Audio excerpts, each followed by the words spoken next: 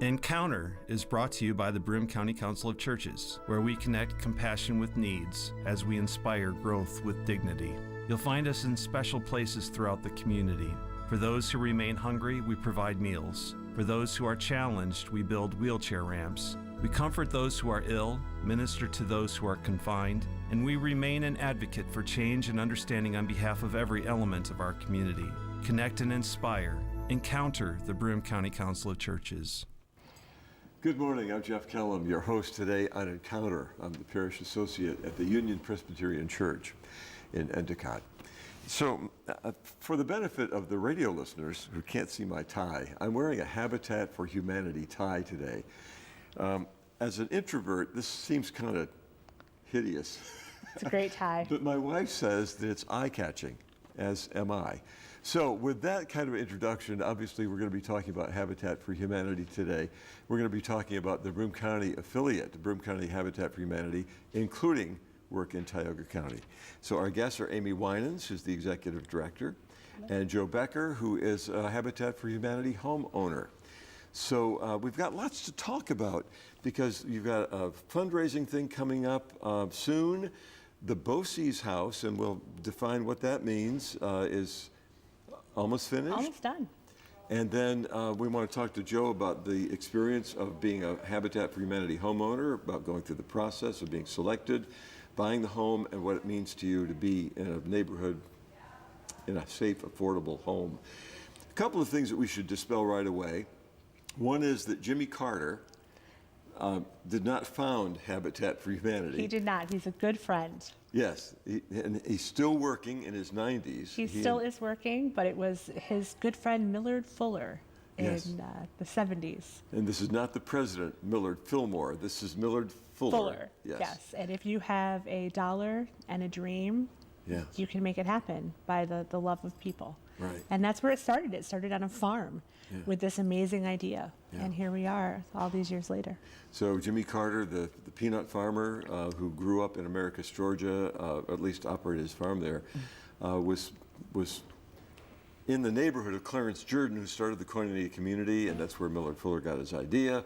And now look, it's worldwide, it's global, building, I don't know how many, I used to know how many total homes. I used to know, but now it's growing exponentially. So I confess I haven't kept up. We are now known as one of the top builders in the United States. Yes, and you know, this is something I heard, and I can't document it, but you know, we're in the midst of this hurricane season, and someone had told me that many years ago a hurricane hit Florida, and the homes that were really messed up, not totally destroyed in a neighborhood, the Habitat homes were still standing.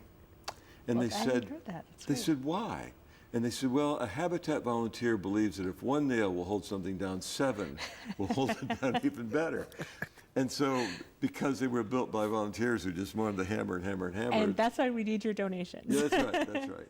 So, but it's a serious time in the South with these hurricanes, and Habitat is there to provide rescue and hope in these emergencies, but also in our normal neighborhoods here in the Triple Cities area and throughout Broome County. And that's changed a lot for us. In the 13 years that I've been with Habitat, I never saw us in the beginning as a disaster response organization. We were more tier 3, that after all the others had come in and cleaned up and done what they needed to do, and there were people in need of homes, well then here we were to build them. But now we're right on the ground. We were in the flood of 2011 in conjunction with Faith Partners in Recovery, other nonprofits in the community, with the help of the Council of Churches and Endicott Presbyterian. We did 200 homes in 2 years. Wow.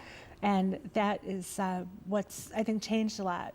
When there's a disaster, people now look to Habitat. Yeah. And we're grappling with that. We're very small in Broome County. So to be one of the first calls made, it's definitely something that we're proud of, but need to wrangle with too. Yeah, and Habitat in most areas is seen, it gets its national publicity from the big builds, what do they call those? Blitz builds. Blitz builds. Yes. And where they're building maybe 5 or 6 homes all at once and within a week. And those are new homes going up in communities, providing hope for the communities as well as a warm, comfortable, safe, and energy efficient home. But in our area, we have fewer volunteers, we have fewer resources, and so we're not building large number of homes. Right. Let's talk about like the most recent house and the Bosse's connection. You want to do that, and then I want to talk to Joe. Yes, that's my favorite, actually. Yeah. So we build about a house and a half a year. And that really does change with, is it new construction? Is it rehab? It changes with weather patterns. It changes with, there's all sorts of factors. But the most recent house that we're working on is what we call the Habitat Bosse's Student Partnership Build. We wrote a grant about 2 years ago with the Hoyt Foundation. They were amazing and believed in this crazy dream where we wanted to bring students to our job sites to help them learn the construction trades in the Bosse's program. And that was challenging. Busing is expensive, field trips, even their day. It's so short. By the time the kids got to us, they'd start to work and time to go home. So why not bring the house to them? Yeah. So we built a buildable platform for them to do this more than once, hopefully, and now that is happening. We're on their second home now. But this house was built on campus entirely by students in the construction trades. It was picked up by crane, lifted onto a truck, driven down the road, and set onto a foundation that was waiting for it. So now it's there, and we're finishing it up. We're looking for a family. It's so exciting. Yeah, I saw the pictures on Facebook, because you can just do a search on Facebook for Broome Habitat. And I saw this trailer thing, and I thought, well, I don't know what this has got to do with anything. Now I understand. Yeah. You build the house, put it on the thing, and 2 years of work and 6 minutes to move it. Yep. It was pretty amazing. That's incredible. It was really amazing. Yep. And those students, we affected hundreds of kids in those trades, and then also in hospitality and in other aspects of the school. And just every time they drive by that, they think I did that. Yeah. We like to say at Habitat, I built that. Yep. And now they're starting their second house. Yeah. We're really proud of that. That's wonderful. And soon we'll break ground in the city of Binghamton at 7 Burlington, up on the south side. So that project right now is on the architect's desk, and we're very excited about that. Yeah. The plans for these homes are designed for the local area, so that the house you build here is going to be different from a house that's built in Tampa, for example, Absolutely, right? yes. And even neighborhood to neighborhood. When we build in, let's say, in Endicott, it might be that we need to build a house that's 2-story to fill in with EJ homes. On the south side, we can look at a 1-story house. So it depends neighborhood to neighborhood what we want to do. Right.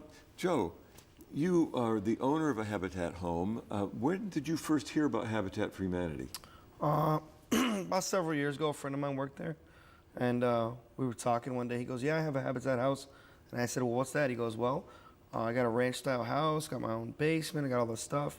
And I was like, man, that's pretty interesting. And when he told me how he went about it, he said, you know, he entered this program, and he worked his way through, got his credit to where it needed to be, went through the process, learned some stuff along the way, helped build other houses, and then him and his family were selected. He was like, best thing I've ever done. Yeah. So he said, hey, man, fill out the paperwork. You know, but you never know what could happen. And that's when I met the lovely Amy, who's been nothing but a guiding light for me and many. Yeah. And she gets little credit for some of the stuff she does. She goes above and beyond for people, and she goes to bat for people she truly believes in. And she gets overwhelmed. Trust me, I've seen her in action. Shoes off, coffee brewing, hair a mess, 10, 11 o'clock at night. Like, what are you still doing here? Yeah. Just doing everything she needs to do, and filled out the application. Had to go through some stuff, work on my credit, sent me some courses about how to maintain credit, about how to first homeowner classes. What do you do? I mean, no one in my family ever owned a house. My mom never did. Never really came from a family with educated on like credit and stuff like that. So kind of just winged it. I had to work on some stuff, fixed it, and then one day Amy came calling saying, "Hey, guess what? We think we got something for you guys," and it's been a blessing. It's been a blessing. And my kids love it. It's different when you go from living from apartment to apartment or sharing a house with someone, a 2-sided house or townhouse, stuff like that, than to going and having something that's your own. Yeah. That, you know what, if I want to rip this silly wallpaper off the wall, I can. And I can be proud yours. of it. It's mine, That's you know. right. That's If I mess something up, guess what? I can fix it. I don't have to wait for someone. So it's very it gives you a feeling of wholesomeness. Yeah. And obviously they're well built. Everything's brand new for the most part in the house that we're in. We've had nothing but fun. Yeah. We have a big backyard. Yeah. My kids have a trampoline. When I was a kid, the only trampoline I ever seen was in a circus. Yeah. So they have a trampoline in the backyard. We have a pool that we never use because it's never clean. Right, but it's there. It's there, Right, you know. right. Every once in a while, the neighbors' kids will jump in brown water, and that's okay. Yeah, It's yeah, like, hey man, get out of my yard. Yeah. It's your brown It's my water. it's my brown water. That's Get right. out. That's right. But it's you know it's I think of a huge misconception with Habitat is people think that it's a handout program. Yeah. I think people think it's like you know, we sit on our butts and you know something is handed to us. That's not what it is at all. What it is they make you work for it. Before I got my house or was awarded the house, I had to go and help build other houses, me and my wife. And we had to do fundraisers. We had to do community work. And it was great because you get to meet a lot of people, volunteers that come. There were students from BU. And you see why people come together and it doesn't matter race, color, creed, religion, nothing. Everyone comes together for a common cause to help someone who needs it. And the house isn't given to you. You've talked, you made several references to credit. You have to get a loan and buy the home. Yes. Now, the price of the home I mentioned the word affordable. Right. Building a home these days isn't cheap. It is not. And when you look at what our development costs are, you put everything in, the lights on, the salaries of our tiny little staff, the paper in the copier. Development cost is one thing. Bricks and sticks is another. Yeah. And that's definitely gone up in the decade that I've been at Habitat, just those construction costs. But regardless of that, whatever it costs us to build it, that's what it costs us to build it. That's what the volunteer labor, community donations, that's what that's for. Yeah. At the end of the day, it's about what can this family afford. So we look at 25 to 30% of a family's income, and we say that's an amount that's affordable. So if that house appraises for $90,000, but this family is at a place where an affordable mortgage for them is $70,000, that's what we do. That's what we make happen. And we have mechanisms in place because there's some instant equity there. So we protect ourselves as an organization and the community's gift. So you signed a lot of papers. Lots of papers. Lots of papers. and Lots of papers. we make sure that we address that. Yeah. So we're not taking a forever loss, but it is a mortgage It's a and taxes and insurance every month. Yeah. And if it's not paid, I come a-calling. Yeah. But the idea that you help folks understand the paperwork, Right. and that once they've made this obligation to pay their mortgage, they're homeowners. Right. And the good news here is too that you're doing some training, taking some courses so that you know how to manage your money efficiently, and you're off social welfare and not only that, like now I know how to spackle and paint and like stuff that I never. Yeah. So if something happens in the house, I can actually, you know, certain things you can fix yourself. take care of it. by the things you That's learned right. in Habitat. Yeah. Roof shingles, Yeah. doing the roof sometimes. You know what supplies you need, what stuff you need. Tools I wouldn't even have known I need to know Yeah. for certain things. And that's the sweat equity part. That's the sweat Yeah, equity. what- And it's a lot of hours. The sweat equity is minimum 400 hours. So you think of anything that you do in this community, volunteering your time or dedicating your time, that's every Saturday for a year. Right. And we're learning. Now, we used to say every Saturday, but Saturday morning doesn't really work for families nowadays. Yeah. Joe, you're a barber. Yeah. Saturday morning, you're a little Saturdays busy. were a little busy for me. I'll bet. Another family we had, he was a basketball coach and she was a beautician. Saturday morning, Yeah. a little busy. So we're learning that sweat equity, we were a little old-fashioned and we needed to change our model of how we made that work. Yeah. And that's been fun to look at the new ways that families work and function and how to get everybody in there and working together. And it's not just a Saturday at 8 a.m. type of a thing. Yes, yeah. Well, and that kind of adjustment occurs with every organization that's going to have a future. Right. If you don't make the adjustments, then you don't have very much of a future. And you know, you were joking about your brown water, but I think it's important for me to say this is a really busy family. And what I love about Joe and Joe's family, they are exactly the type of family that we want to see in this program. I'm a little biased. I live in Endicott, so I love that I have an Endicott homeowner running an Endicott business with children that are thriving in the Union Endicott School District. We have a basketball star, we have a girl in the chorus, and we have kids that are making their way. That's what we're trying to do. You know, this is not just about building a home. We have a tagline that says we're building more than houses. We're building community.